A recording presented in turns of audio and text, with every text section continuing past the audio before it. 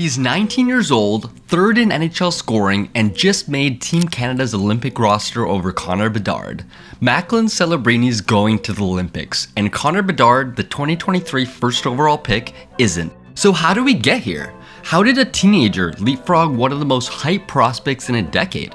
It's because Sidney Crosby saw something in this kid that nobody else did.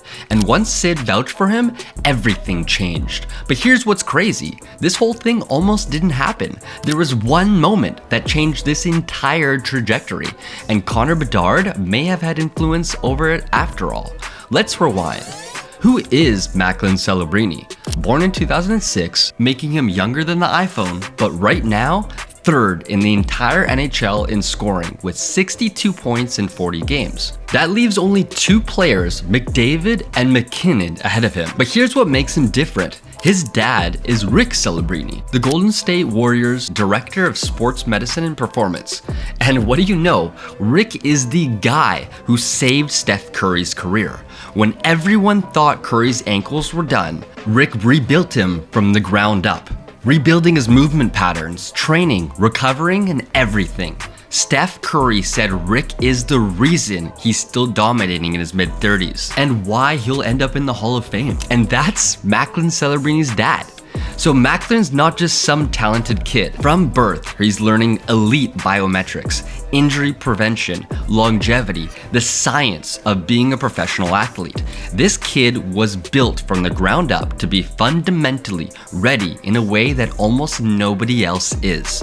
At 17, he goes to Boston University and obliterates college hockey.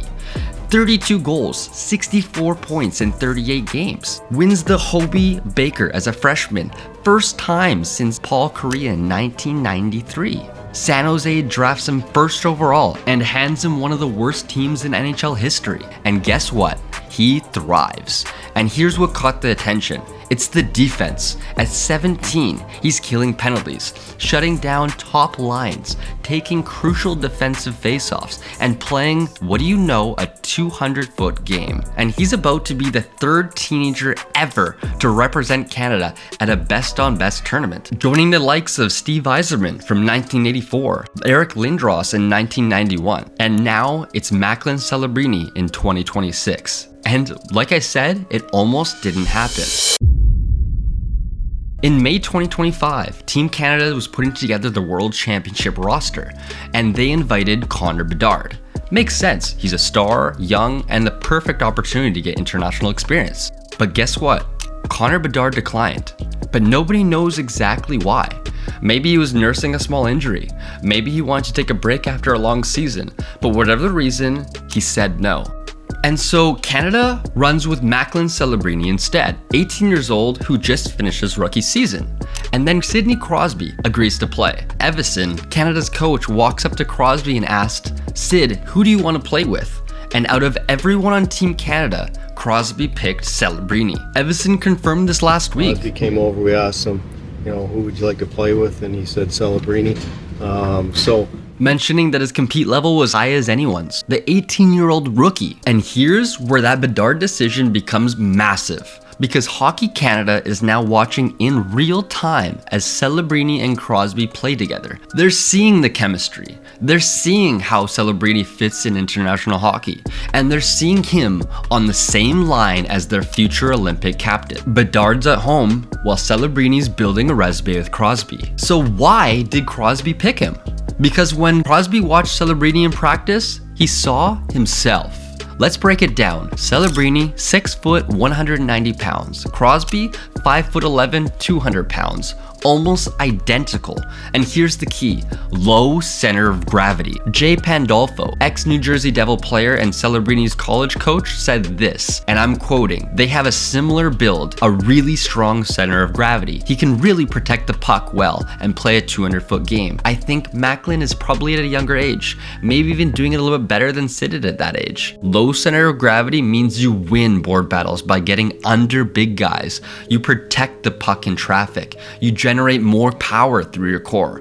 And here's the stat that's absolutely insane. Celebrini as a rookie, was leading the NHL in puck battles won per game. Not good for a teenager, best in the league. He's stripping pucks from 6'3" veterans, but it's the style that matters most. Analysts have been breaking down this all year. They play the same game. Attack through the middle of the ice with north-south speed, dominate in high traffic areas, vision through traffic, puck protection while getting hit, balance through contact, and quick hands in tight spaces. One NHL player in the Athletics poll said, I quote, "Macklin's like a crossbreed of Sidney Crosby and Patrice Bergeron." John Cooper, who's coaching Team Canada at the Olympics, said this about Celebrini. The way they go about things is very similar. They're pros. They're dedicated. Could he be generational? I truly think he can be. So they play together at Worlds. Celebrini puts up 6 points in 8 games, but more importantly, Hockey Canada is watching, and they're seeing the chemistry. They're seeing how he fits. Alright, real quick, shout out to today's sponsor, the Victory Hockey League. So we're literally watching one decision completely flip Celebrini's career, right? Well, the VHL lets you make those decisions for your player. They're in their 102nd season. That's over a century of simulated hockey. Here's how it works. You create your player and start in the minors. Grind your way up through the ranks and you decide everything about your playstyle. Gonna be a two-way center like Celebrini? A pure sniper? A bone-crushing power forward? Your call. Earn development points by doing press conferences, writing articles about your team, or even hosting podcasts. Whether you're into hockey simulation or just want to vibe with thousands of other hockey nerds, VHL Forum has you covered. Links down below, hit up the Discord, and the community will help you get started 24/7. Now, back to how Crosby is helping mold our next generational superstar. Because after Worlds wraps up, something huge happens. Crosby invites Celebrini to train with him and Nathan MacKinnon for the entire summer. This isn't a camp. This isn't a clinic. This is a private, elite level training, and it's just the three of them. We're watching Crosby take this kid under his wing in real time. And as the months go by, Crosby keeps getting asked about Celebrini, and every single time he's singing the same tune. At the Olympic orientation camp in August, reporters asked him about Celebrini's chances of making the roster. Crosby says, quote, "He's an incredible player. His all-around game at his age is pretty impressive. He's committed defensively, he competes hard, and he's earned the right to be in the conversation." By November, Celebrini's absolutely tearing it up. He's tied Crosby's record for most points by a teenager before Christmas with 55. The only guy ahead of him, Wayne Gretzky, with 59. Then in December, Crosby's asked about him yet again. His answer? His hunger, his passion for the game, how hard he works, he's really driven. Meanwhile, Hockey Canada's watching all of this unfold, and they know something that matters. They've seen Celebrini play international hockey. They've seen him on a line with Crosby, and they've seen the chemistry work. Bedard, they're going off of NHL games. Celebrini, they have proof. December 31st, 2025, the Olympic roster drops.